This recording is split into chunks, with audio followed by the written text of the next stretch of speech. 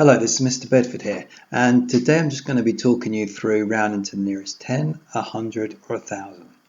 Now here's my first number, 43. In my first number I'm going to round this to nearest 10. I'm going to show you a method to do this and then I'll try and explain the reasoning at the end. First of all, I need to identify where my tens column is. We have our units column as the first one and our tens column as our second one. What I'm now going to do is draw myself a line. This line comes after the number in the tens column, and that's because I'm rounding it to the nearest 10. What I now have is a number that's before the line and a number that's after the line. And through this method, I want to look at the number that's after the line. So what I want to say is 5 or bigger, round up, 4 or less stays the same. So I look at the digit on the right hand side, and this digit is less than 5, so it's 4 or less, so it stays the same. By that staying the same, I mean that this digit before the line stays the same. And all I do is replace the digit after the line with a 0, giving my final answer of 40. Let's put that into practice a couple more times. Looking at my next number, 56. I'm rounding it to the nearest 10. Remember, here's my tens column. So I look at the line after that. I look at the digit that follows it, the 6. Now this 6 falls into the 5 or bigger bit. And so I have to round up. By rounding up, I look at the digit that comes before the line and I add on 1 to it, giving me the answer. 5 plus 1 makes 6. And like I did before, the digit that comes after the line I replace with a 0. Let's have a look at my next one. My tens column is here. My line goes after the tens column because I'm rounding to the nearest 10. The digit that follows it is a 9, which is the 5 or bigger one. So what I do is I have to add 1 to the digit that comes before the line. So the 3 stays unaffected. The 7 add the 1 makes an 8. And after the line I replace that digit with a 0. Okay, there are 3 questions on the right hand side. Would you try rounding those to the nearest 10? Pause the video and see what you can do. Okay, welcome back. Looking at 63, here is my tens column. Draw the line after it. Is this digit 5 or bigger? It's not, so I don't do anything to the digit before, it stays as a 6. And I replace the digit after the line with a 0. Let's have a look at my next one. Here's my tens column. My line comes after the tens column. Let's have a look at the digit after that. Is that 5 or bigger? Yes. So I have to add 1 to the digit before the line. 7 add 1 is 8, and the digit after the line I replace with a 0. Here's my tens column now. Here comes my line. The digit that follows it is not 5 or bigger, so I don't have to add 1 to the digit before the line, that just stays the same. The digit after the line is replaced with a 0, giving me the answer 470. Now let's try and go back and look at what we've got so far. If I was to do my 10 times tables and look at the numbers closest to 43 that were in the 10 times tables, the number that comes before 43 would be 40, and the number that comes after that would be 50. Remember, the 10 times tables are 10, 20, 30, 40, 50. And all I'm saying is, through my working out, that 43 is closer to 40 than it is to 50. Have a look at 56 now. Again, if I was to do my 10 times tables and look what was either side of 56, I would end up with 50 on this side and 60 on this side. And all I'm saying through my working outs is that 56 is closer to 60 than it is to 50. If I was to do my 10 times tables for 379, I would find that the numbers either side of 379 would be 370 and 380. And all I'm saying is that 379 is closer to 380 than it is to 370. The numbers that are either side of 63 would be 60 and 70, and I'm saying that 63 is closest to 60. Again, using my 10 times tables, the numbers that are closest to 78 would be 70 and 80, and I'm saying here now that 78 is closest to 80. And if I was to do my 10 times tables, it would take a while, but going through this, I would eventually get to 470 and 480. And all my working outs do is show me that 472 is closer to 470 to 480. So I guess the question is, why teach you this method with the line in it? Well, I can use that for all types of rounding. Now I'm going to look at rounding to the nearest 100. So if I look at my columns again, I have my units, I have my tens, I have my hundreds. I'm rounding into the hundreds column, so after the hundreds I draw my line, I look at the digit that follows. If it's 5 or bigger, I round up. If it's 4 or less, it stays the same. And the number here is 4, so I don't have to do anything to the digit that comes before. That stays the same. All I do now is replace the digits that follow that line with a 0. So I replace the 4 with a 0 and the 3 with a 0, and 100 becomes my final answer. Have a look again for the second one. This is my hundreds column. Here comes my line. This digit is 5 or bigger, and so I have to add 1 to the digit that comes before the line. If I add 1 to that digit, 2 plus 1 is 3. I replace the digits after the line with a 0, giving me the answer 300.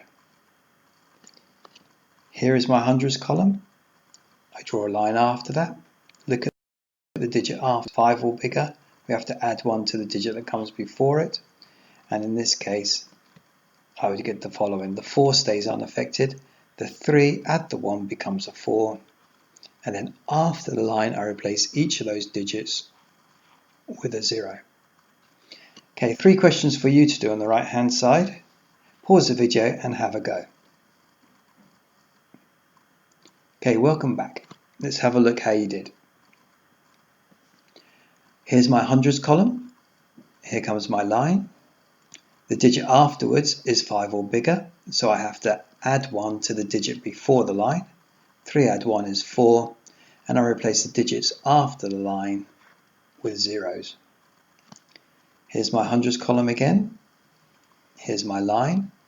The digit after the line is 4 or less, so I don't do anything to the digit before the line, that stays the same. And I replace the digits after the line with a 0. Here's my hundreds column again. Here's my line. The digit after the line is 5 or bigger, and so I have to add 1 to the digit before the line. The 5 stays there. 5 add the 1 makes a 6, and after the line I replace those digits with a 0. Let's have a look now at what this really means. So if I was to do my hundreds times tables, I guess I would go 0, 100, 200, 300, 400. And I'm doing my hundreds because I'm rounding to the nearest 100. In my hundreds times tables, the numbers that are closest to 143 would be 100 and 200. And all this method does is tells me that 100 is closer to 143 than 200 is. Let's have a look for my second one. If I was to do my hundreds times tables, the numbers either side of 256 would be 200 and 300. 200 is closer to 256. In my hundreds times tables, I would end up with 4,300 and 4,400.